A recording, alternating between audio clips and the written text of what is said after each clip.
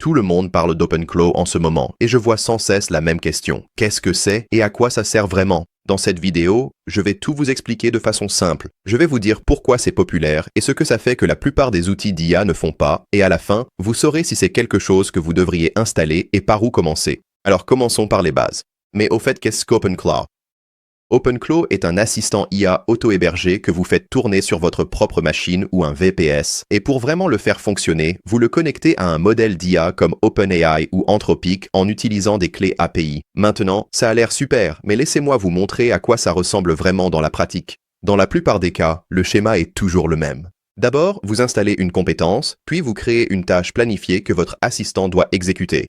Ensuite, votre assistant OpenClaw exécute la tâche et vous livre le résultat. Par exemple, disons que je connecte mon compte Gmail à OpenClaw en utilisant une compétence Google Workspace. Ensuite, je crée cette tâche. Préviens-moi sur Telegram quand ce client précis m'envoie un email. Inclus un résumé en une phrase et une réponse suggérée. Ainsi, au lieu de fouiller dans ma boîte de réception et de risquer de manquer un email d'un client important, je reçois simplement le message résumé au moment où c'est vraiment utile, directement de mon assistant. Maintenant, disons que je connecte une compétence GitHub à OpenClaw. Ensuite, je crée la tâche. Chaque matin à 9 h, envoie-moi les 3 choses les plus importantes dans mes dépôts qui nécessitent mon attention et dis-moi par quoi je devrais commencer. Ainsi, je commence la journée avec une liste claire au lieu d'ouvrir GitHub et d'essayer de deviner par où commencer. Et en voici une autre. Disons que je connecte une compétence de réseaux sociaux. Prenons x.com comme exemple, puis je crée une tâche. Chaque matin, vérifie les mots-clés les plus tendances dans ma niche, sélectionne les plus pertinents et envoie-moi 3 idées de contenu. Ainsi, si vous êtes créateur de contenu, vous pouvez utiliser ces informations de votre assistant pour repérer rapidement de nouveaux sujets et des idées de vidéos virales. Si vous êtes un marketeur, vous pouvez désormais suivre facilement les mots-clés tendances pour le SEO et la publicité. Et si vous êtes simplement passionné de technologie ou d'actualité, cela vous permet de rester informé sans avoir à faire défiler les réseaux sociaux toute la journée. Maintenant que vous avez vu quelques exemples concrets, voici une façon simple de voir les choses. Vous connectez OpenClaw aux applications que vous utilisez déjà, comme Gmail, Slack, Telegram, GitHub ou Discord par exemple. Ensuite, vous installez des compétences et programmez des tâches pour résoudre les vrais problèmes auxquels vous faites face chaque jour et vous laissez votre assistant gérer le travail répétitif en arrière-plan tout seul. Et c'est là que l'expérience commence à se différencier de l'utilisation des applications ChatGPT ou Claude comme assistant. Au lieu de jongler avec plusieurs conversations dans leurs applications et de devoir constamment demander au chatbot de tout faire, avec OpenClaw, vous avez un seul assistant qui reste en ligne 24 heures sur 24, 7 jours sur 7, qui peut agir de façon autonome et devient de plus en plus utile avec le temps. Et comme vous l'hébergez vous-même, vous contrôlez à quoi il se connecte, ce à quoi il peut accéder et ce que vous voulez qu'il fasse au quotidien. Alors maintenant, la vraie question est, comment installer OpenClaw?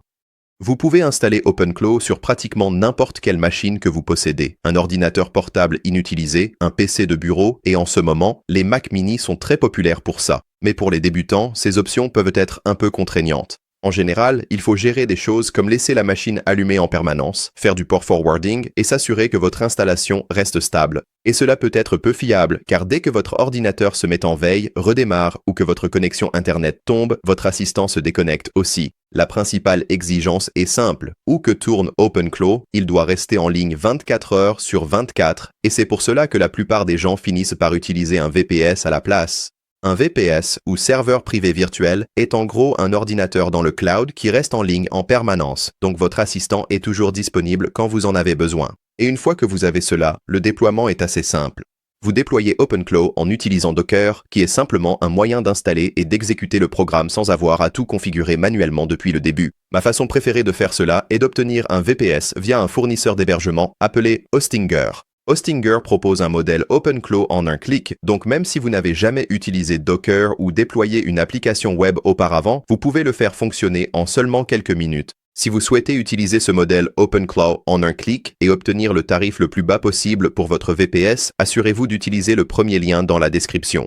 En utilisant ce lien, vous serez dirigé vers la page de configuration appropriée pour ce processus précis et vous bénéficierez automatiquement du prix le plus bas possible. Après cela, vous ajoutez vos clés API qui sont ce qu'OpenClaw utilise pour réellement générer des réponses. Cette partie est basée sur l'utilisation, donc gardez à l'esprit que vous payez les crédits d'IA au fur et à mesure que vous l'utilisez. Ensuite, vous ferez quelques configurations sur le tableau de bord, vous le connecterez aux applications que vous souhaitez utiliser, comme Telegram, et vous configurerez des compétences comme Google Workspace afin qu'ils puissent commencer à s'intégrer à votre flux de travail et à vous assister dans vos tâches quotidiennes. Et le plus agréable, c'est que vous n'avez pas à tout comprendre par vous-même. Une fois qu'OpenClaw fonctionne, vous pouvez littéralement lui demander de vous aider à connecter des éléments et de vous guider dans les prochaines étapes. Et si vous souhaitez suivre exactement la configuration que je recommande, j'ai justement réalisé un tutoriel complet, étape par étape, qui vous montre la façon la plus simple de déployer OpenClaw, de tout connecter et de faire fonctionner votre assistant correctement. Vous trouverez cette vidéo en lien dans la description ci-dessous. Tout à l'heure, je vous ai montré le schéma de base d'OpenClaw.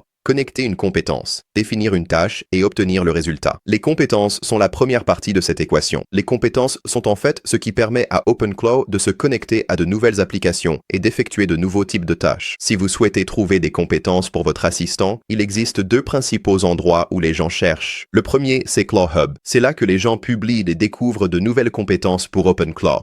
Le second, c'est le répertoire de compétences GitHub, qui est en gros une grande liste de compétences que vous pouvez parcourir, étudier et installer. Je mettrai également les liens vers ces deux ressources dans la description. Avant d'installer des compétences, faites bien attention à ce que vous installez, même si cela vient de ClawHub ou du répertoire GitHub.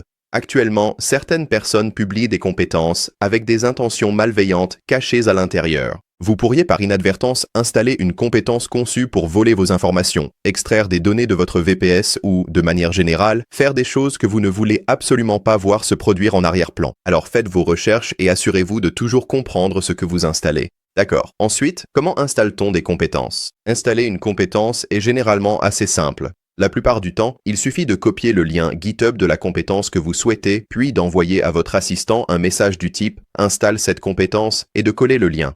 C'est aussi simple que ça. Ensuite, OpenClaw essaiera de l'installer et si quelque chose ne fonctionne pas ou pose problème, vous pouvez demander à votre assistant de vous aider à résoudre le problème et à le faire fonctionner correctement. Une fois que vous avez installé quelques compétences, l'étape suivante consiste à indiquer à votre assistant comment et quand les utiliser et c'est à cela que servent les jobs. Les jobs sont des tâches planifiées, donc OpenClaw peut exécuter quelque chose automatiquement selon un planning, sans que vous ayez besoin de lui envoyer un message au préalable. La façon la plus courante de faire cela est d'utiliser OpenClaw et d'utiliser ce qu'on appelle des tâches cron, qui sont simplement un planificateur de tâches situé dans le tableau de bord. Un excellent premier job à configurer est un résumé quotidien. Par exemple, demandez-lui de vérifier votre Gmail et votre Google Agenda une fois par jour, puis de vous envoyer rapidement une mise à jour sur les nouveautés. À partir de là, la meilleure façon d'améliorer votre configuration est de la garder simple. Chaque fois que vous vous surprenez à faire la même chose encore et encore, c'est une bonne occasion de créer une nouvelle tâche pour votre assistant. Et avec le temps, une fois qu'il est adapté à votre flux de travail, OpenClaw commence à ressembler moins à un simple outil et davantage à quelque chose qui vous aide activement à rester organisé. Il convient de mentionner que l'une des plus grandes préoccupations concernant OpenClaw en ce moment est l'aspect sécurité. OpenClaw est autonome, et c'est ce qui le rend différent, mais cela signifie aussi que vous devez prendre la sécurité très au sérieux.